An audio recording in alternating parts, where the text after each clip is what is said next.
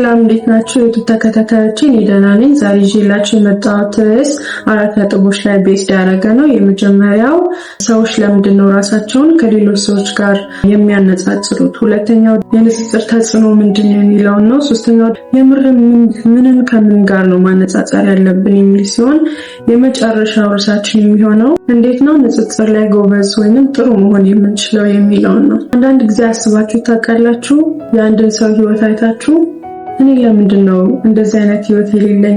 ለምንድን ነው እዛ ቦታ ላይ ያልሆንኩት ብላችሁ አስባችሁ ታውቃላችሁ? እንደዛ ከሆነ ብቻችሁን አይደላችሁም። ይሄ ተፈጥሯዊ የሆነ ነገር ነው። ሁሉም ሰው የራሱን ህይወት ከሌሎች ሰዎች ጋር ያነጻጽራል። ሳይኮሎጂስቶች ምን ብለው ይጠራሉ? ሶሻል ኮምፓሪዥን ብለው ይጠሩታል። ነገር ግን አንድ እውነት አለ። ያ እውነት ምንድነው? ይሄ ንጽጽር እኛን ሊያጠፋን ይችላል ወይንም ደግሞ ፑሽንግ ኢነርጂ ሊሆነን ይችላል። ያ ደግሞ የሚወሰነው በእኛ እይታ ላይ ቤዝድ ሆኖ ነው። እንዴት ነው በእኛ እይታ ላይ ቤዝድ ሆኖ ኮምፓሪዥን እኛን ሊያጠፋንም ወይንም ደግሞ ፑሽንግ ኢነርጂ ሊሆን ይችላል የሚለው ነገር አንድ ላይ ወደኋላ የምናየው ይሆናል። አስተውላችሁ ታውቃላችሁ? የምንኖርበት ዓለም አሁን ላይ ወዴት እንደተቀየረ ሶሻል ሚዲያዎች ያሉበት፣ ቅንጭጭው የበዛበት፣ ሰዎች የራሳቸውን የስኬት ህይወታቸውን ኤክስፖዝ የሚያደርጉበት፣ የደረሱበትን ቦታ አቺቭመንታቸውን የሚያሳዩበት ጊዜ ላይ ያለ ነው። ስለዚህ እኛ ደግሞ የነሱን የደረሱበትን ሰክሰስ ወይም አቺቭመንት እያየን ነገር ግን ከሁሉም የስኬት አቺቭመንት ጉዞ ጀርባ እኛ ያላየነው የሆነ ታሪክ ይኖራል አይደለ? ሁሉም ሰው የራሱ የሆነ አፕ ኤንድ ዳውን አለው። ስለዚህ ሁሌም አንድ ሰው ከፍታ ላይ ሊሆን አይችልም፣ ሁሌም ደግሞ ዝቅታ ላይ ሊሆን አይችልም። ሁሉም ሰው አሁን ላይ ያለበት ስታተስ የመጨረሻው አይደለም አይደለ?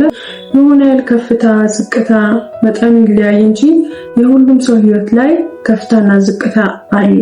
እኛም ደግሞ ያንን ከፍታቸውን ብቻ እያየን እኛ ጋር ካለ አፕ ኤንድ ዳውን ጋር የምናነጻጽር ከሆነ የራሳችንን መንገድ ልናጣ እንችላለን። መንገዳችንን ሊያስተን ይችላል። ኮምፔር ስናደርግ ያላየነውም ታሪክ ባክስቶሪ እንዳለ ማሰብ መቻል አለብን። አንድ ስቶሪ አለ፣ ዝም ብዬ የማውቀውን ልንገራችሁና ምናልባት ይህን ሀሳብ የሚደግፍልኝ ከሆነ ብዬ ነው። የሆነ ሰዓት ነው የሰማሁት። I don't remember ማን እንደነገረኝ የቱ ጋር እንደሰማሁት አላውቅም፣ ግን ብቻ ቆይቷል በጣም ልጅ እያለሁ ነው የሰማሁት። ምንድነው ስቶሪስ? አንድ ሰው አለ። ያ ሰውዬ በጣም በራሱ ህይወት የሚያማር ሰው ነውና እኔ ህይወት ላይ ያለ ችግር ማንም ሰው ህይወት ላይ ሊኖር አይችልምና ማንም ሰው የኔን ችግር ሊቋቋመው አይችልም፣ ሊት ቀን በህይወት አይቆይም ብሎ ይናገራልና በጣም በህይወቱ ሲያማር ይስተዋላል። የሆነ ጊዜ ላይ ትኬት የሚሰጥ ሰው መንገድ ላይ ያገኛልና ትኬቱ ምንድነው? የመግቢያ ትኬት ነው። ምን መግቢያ ነው? የሆነ ካምፕ አለ። ካምፕ ውስጥ ሁሉም ሰው የራሱን ችግሮች ያስቀምጣል። ግን በነጋታው መጥቶ የሌላ ሰውን ችግር ይሄዳል ማለት ነው። የተሰጠውን ትኬት ተጠቅሞ የራሱን ችግር ያስረክባል መግቢያ ላይ ላለው ሰውዬ። ሰው በነጋታው ይመጣል።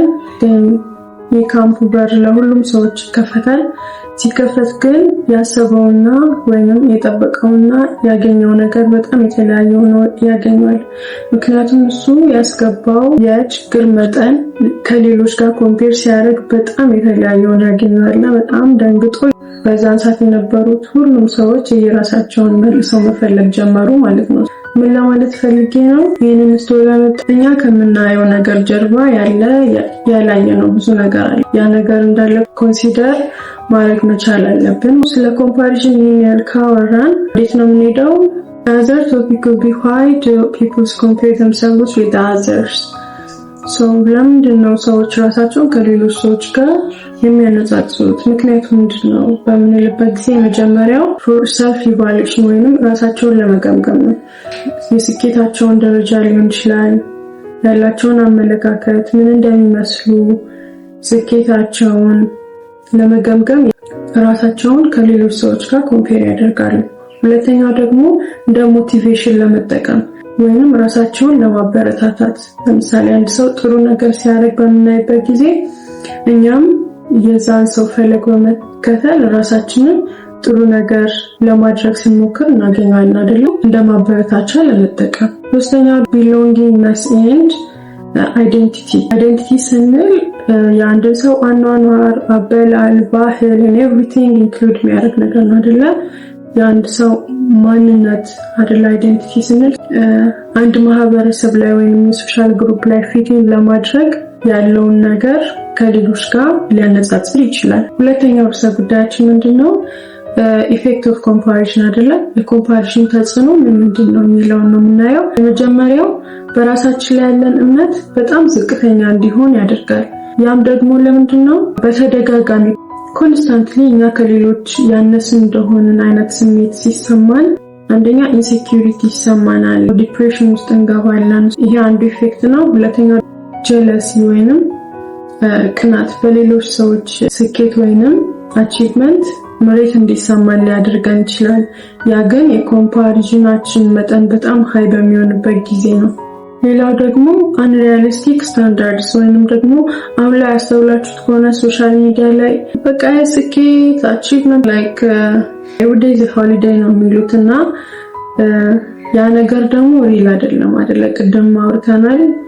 ሁሉም ሰው የራሱ ከፍታና ዝቅታ አለው። ስለዚህ ስኬቶችን ኢቨን ፊት ለፊት ስፖትላይት አድርገው ቢያሳዩ እንኳን ፊልም about their vaccine እንደዚህ አይነት ነገሮች አሉ ብሎ ያን ነገር ኮንሲደር ማድረግ ያስፈልጋልና ሁሌ የምናየውን ነገር ብቻ ማመን አለብን ማለት አይደለም። ምክንያቱም ከኋላ ያለውን ነገር ስለማናቅ ማስተዋል መቻል አለብን። እስካሁን የጠራናቸው ሶስቱም ኔጌቲቭ ኢፌክትስ ኦፍ ኮምፓሪዥን ሲሆኑ አሁን ደግሞ ፖዚቲቭ ኢፌክት ኦፍ ኮምፓሪዥን የምንላቸው እናያለን። የመጀመሪያው ኢንስፓይሬሽን ነው። የአንድን ሰው ስኬት ሊሆን ይችላል፣ አቺቭመንት የደረሰበትን ነገር እና እንደ ፑሽንግ ፎርስ ብንጠቀሙ አሪፍ ነው። ሁለተኛው ደግሞ ዓላማ እንዲኖረንና ራሳችንን በየጊዜው ማሻሻል እንድንችል ጅማሬያችንን አይተን ፍጻሜያችን እዚህ ጋር ቢሆን እዚህ ጋር ብደርስ የሚለውን ነገር እንድናስብ ያደርገናል። ሶስተኛው ፖዚቲቭ ኢፌክት ምንድነው? ለርኒንግ ወይንም ራሳችንን እንድናስተምር ስኪል ካላቸው ሼር ማድረግ ዳስ ኖርማል ቲንግ። አሁን ለምሳሌ እናቶቻችን ምን ያደርጋሉ? ጎረቤት ቡና ምናምን ተጠርተው አሪፍ ምግብ ቀርብላቸው ምንድነው የሚያደርጉት? እንዴት ይሰራሽው፣ እንዴት ይጣፍጣል ይሉና ከዛ ያንን ስቴፕ ካወቁ በኋላ ቤት ሄደው ለመስራት ሲሞክሩ እናያቸዋለን አይደለ? ራሳችንን ለማስተማር ሀቢት ሊሆን ይችላል፣ ስኪል ኤቭሪቲንግ ብቻ ራሳችንን ኢምፕሩቭ የምናደርግበትን ወይ የምናገኝበት ሊሆን ይችላል። ሶስተኛው ነጥባችን ምንድነው? የምርም ሰዎች ምንም ከምን ጋር ነው ማነጻጸር ያለባቸው? የመጀመሪያው ፓስት ኤንድ ፕሬዘንት ወይንም ያለፈው ህይወታችሁና አሁን ላይ ያላችሁበትን ህይወት ነው ኮምፔር ማድረግ ያለባችሁ። የመጀመሪያው እንዴት ነው ኮምፔር የምታደርጉት?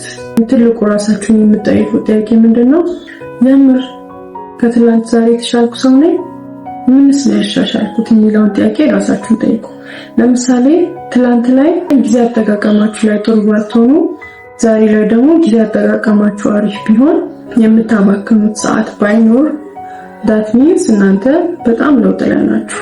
ትላንት ስራ ማትወዱ ቢሆን ዛሬ ላይ ስራ የምትወዱ ሰዎች ብትሆኑ ጊዜ አጠቃቀማችሁ ጥሩ ባይሆንና ዛሬ ላይ እሱን አሻሽላችሁ ቢሆን ገንዘብ አባካኝ ሆናችሁ ዛሬ ላይ ደግሞ ገንዘብ በጣም ማኔጅ ማድረግ ብትችሉ ዲፔንዳንት ናችሁ።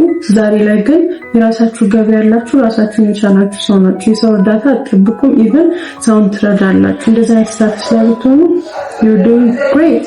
ራሳችሁን ኮንትሮል ማድረግ የሚችሉ ሰዎች ብትሆኑ ታምንሰሎ ትላንት ያላችሁን ታሪክ ከዛሬው ጋር ኮምፔር በማድረግ ምን ላይ ነው ያለሁት የሚለውን ነገር ማወቅ ትችላላችሁ። ኢፈርት ባስ ሪዛልት የምርም ኮንስታንትሊ ጉልበታችሁን እየተጠቀማችሁ ነው ማለትም ኢቭን ሪዛልት እንኳን ባታዩ ጉልበታችሁን እየተጠቀማችሁ ነው። ለምንድነው ይሄ ነገር የመጣው? ብዙ ጊዜ ሰዎች ሪዛልት የማያዩ ከሆነ ኮንሲስተንሲያቸውን ይቀንሳል። እኔ በኮንሲስተንሲ በጣም ነው የማምነው። አንድ ሰው የሆነ ነገር ደጋግሞ የሚያደርግ ከሆነ እዛ ነገር ላይ በጣም ፕሮፌሽናል የሆነ ነው የሚመጣው። ምክንያቱም ራሱን በራሱ ያስተምራል፣ ስህተት ይሰራል፣ ስህተቶችን ያርማል። በዛ መንገድ ደግሞ ብዙ ነገሮችን ይማራል ማለት ነው። አንድ ጊዜ ውጤት ላይ መጣ ይችላል፣ ሪዛልት ላናይ እንችላለን፣ ምንም ነገር ማለት ነው። ግን ኮንሲስተንሲ በሚኖርበት ጊዜ የሆነ ጊዜ አሪፍ ነገር እንደሚኖር ኦብቪየስ ነው። ምንም አይነት ሪዛልት እንኳን ሳናይ ኮንሲስተንሲያችንን ወይንም ኢፈርታችንን መጠቀም መቻል አለብን። ያንን ለመናገር ነው። ፐርሰናል ቫልዩ ኤንድ ሶሻል ፕሬሸር የምር የራሳችንን ቫልዩ እናውቃለን ወይ? የራሳችንን ቫልዩ ኮንሲደር እናደርጋለን ወይ ነው? ወይስ ብዙ ሰዎች ፑሽ ባረጉን መንገድ ዝም ብለን መንገድ የተከተለ ነው የሚለውን ነገር ማጤንና ማስተዋል መቻል አለብን። ምክንያቱም በመንጋ የሚሄድ ሰው ፊት ለፊት ያለው ሰውዬ የሚያደርገውን ነው የሚከተሉት። ያ ፊት ለፊት ያለው ሰውዬ ገደል የሚሄድ ከሆነ ምንድነው የሚሆነው? ሁሉም ሰው ተከትሎ ገደል ይገባል ማለት ነው። ስለዚህ የምርም የኛን ቫልዩ እናውቃለን፣ የምርም የምናደርገውን ነገር እናውቃለን የሚለው ቤዚክ ጥያቄ ነው። ፐርሰናል ቫልዩ በደንብ ኮንሲደር መደረግ ያለበት ነገር ነው።